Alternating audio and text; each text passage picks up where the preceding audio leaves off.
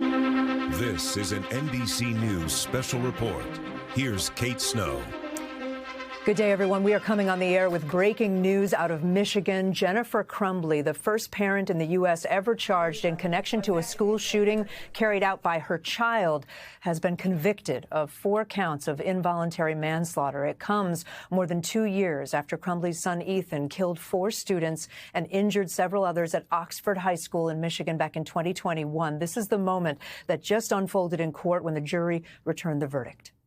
Of involuntary manslaughter as to Madison Baldwin, we find the defendant guilty of involuntary manslaughter. On count 2 of involuntary manslaughter in regards to Tate Muir, we find the defendant guilty of involuntary manslaughter.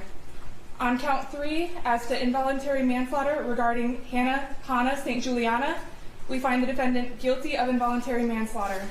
And in count 4 of involuntary manslaughter against Justin Schilling, we find the defendant guilty of involuntary manslaughter. Thank you for allowing me to see it. Jennifer Crumbley there with her eyes closed as those verdicts were read. Let's go straight to NBC's Maggie Vespa outside the courthouse in Michigan. She's been there following this trial. Maggie, for those who haven't followed all of it, we'll need some background, but this is a historic decision by this jury.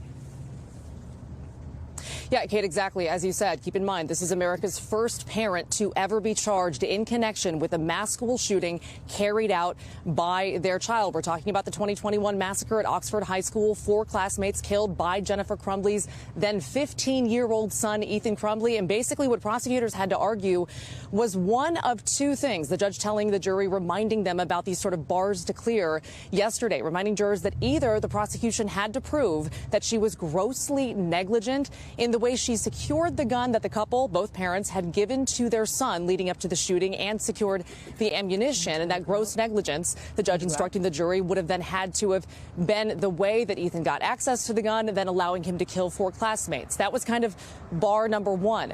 Or, the judge said, the prosecution had to prove that Jennifer Crumbley effectively declined to fulfill, as she phrased it, her legal duty as a parent in the state of Michigan and exercise what they call reasonable care, protecting other people from being hurt by her child based on what she knew about Ethan's behavior at the time. The entire argument from the prosecution, sort of overarching in this case, is that Jennifer Crumbley ignored mounting red flags about Ethan's mental health, his behavior at the time. He had texted his mom things like he was hearing hallucinations, seeing demons in their house. He had teachers had flagged multiple times that he had been exhibiting violent behavior in class. And on the morning of the shooting, the dean of students at the school and a guidance counselor calling Ethan's parents to the school to say that they had again witnessed more potentially violent behavior, and that on a homework assignment that he had written things like blood everywhere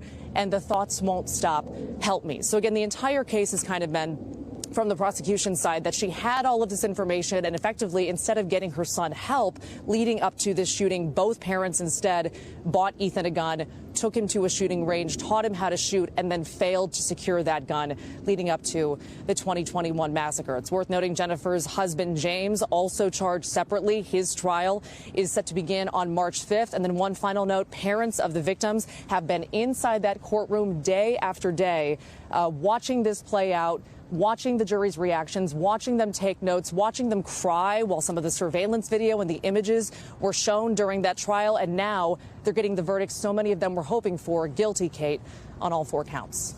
And Maggie, we only saw when the verdicts were read and the reaction of Jennifer herself. Do we know if there's any reaction yet from those families, or are they all still inside the courtroom? They're still inside the courtroom at this time. After that moment that you just played out on the air, they went through and they did the pool from the jury, having each of them confirm that this was indeed their verdict, guilty on all 4 counts. It has to be a unanimous jury here in Michigan. So this is still ongoing, and we are just here waiting for those families' reactions, knowing this has to just be an incredibly surreal, gutting moment. They're still dealing, of course, Kate, with the tragedy that unfolded here. Absolutely. Maggie Vespa, thank you. Let me bring in our senior legal correspondent, Laura Jarrett, who's been watching all this as well.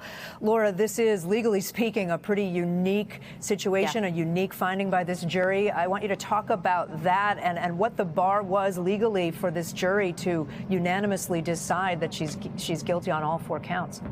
Kate, it's a historic ruling, and the prosecutors had acknowledged this could have been a really uphill battle for them. They had to convince this jury that she should have done more, that as a mother, she should have recognized the warning signs, that she should have recognized her son's cries for help, then 15 years old, telling her he was hearing voices, drawing disturbing pictures, even on the morning of that shooting, deciding not to take him out of school, despite the fact that the school had called her and her husband up there saying, look what he's drawing, you need to get him into counseling within 48 hours. And instead of getting him into counseling, they left him at that school, and that's when the shooting took place, Kay. It's interesting, this is a jury that had parents on there, and yet this is still the decision that they reached.